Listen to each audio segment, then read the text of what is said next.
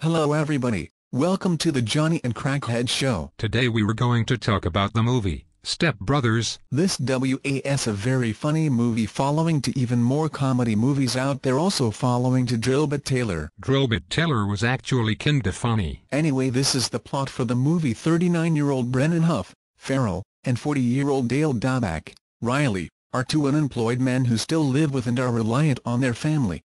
Brennan, who lives with his divorced mother, Nancy, Mary Steenbergen, and Dale with his widower father, Robert, Richard Jenkins, have no intention of moving out or finding jobs and behave very childishly.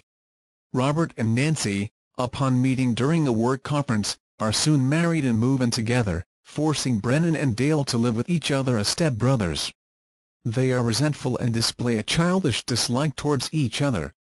Dale warns Brennan not to touch his drum set, but Brennan does so anyway.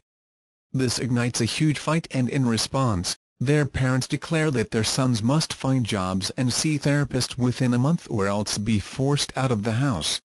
Brennan's successful, conceited biological younger brother Derek, Adam Scott, comes to visit with his oddly perfect family.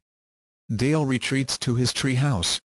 Derek drops by to mock them, and entices Dale to punch Derek in the face, which Dale actually does, knocking Derek out of the tree.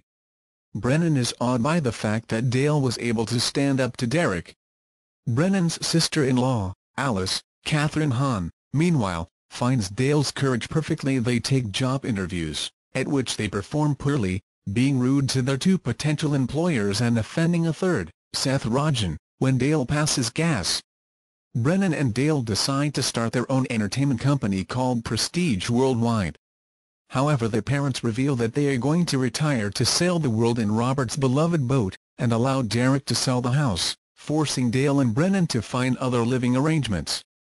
However, Dale and Brennan sabotage Derek's plans by masquerading as a neo-Nazi and a Klansman, and by pretending that Brennan has died of asbestos poisoning, while Derek shows the house to potential buyers.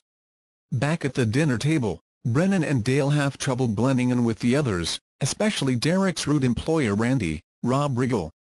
Dale excuses himself to the restroom where Alice forces him into having sex with her. Later, Brennan and Dale premiere Prestige Worldwide's first music video filmed on Robert's boat. The video ends when the boat crashes into the rocks, and a furious Robert spanks Brennan upon arriving home. On Christmas Eve, the boys destroy the family's tree and gifts during a bout of sleepwalking, and subsequently attack Robert after he attempts to wake them.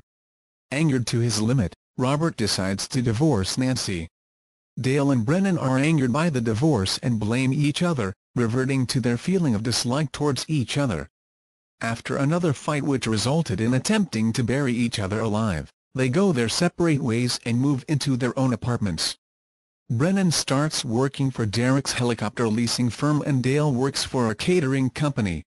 Brennan, wanting to reunite the broken family, takes the initiative to arrange Derek's sales party, the Catalina wine mixer, supervised by Randy.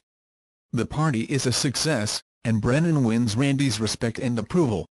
However, the band that Brennan booked, a strictly 80s, Billy Joel tribute band, insults guests after being heckled to play non-80s Joel and is thrown off stage. Derek blames Brennan for this incident, and quickly fires him, believing that this incident will ruin his reputation. Robert, realizing that Brennan and Dale are miserable, encourages them to be themselves again and go for their dream. Brennan and Dale take the stage as Prestige Worldwide and perform Porti Volar with Brennan on vocals and Dale on drums. The audience is moved by the performance, and tensions between the family members are alleviated while Randy gets emotional and breaks down in tears. Dale and Brennan go on to form a successful company that runs karaoke bars and restaurants. Robert and Nancy reunite and move back into their old home, with a new treehouse made from the destroyed boat just for Dale and Brennan. Yes, and I did think Will Ferrell and John C. Reilly were perfect for the film. That's true. Will Ferrell and John C. Reilly are my fav actors, following with Owen Wilson. The movie had rotten reviews though. There is rumors about a possible sequel, and John C. Reilly said the plot could be that Dale Daback and Brennan Huff would adopt kids together, but that's kinda... I don't know, it's just kinda weird. Well, thanks for watching everyone. Yes, thank you for watching. Also make sure to watch EP1. Randomness.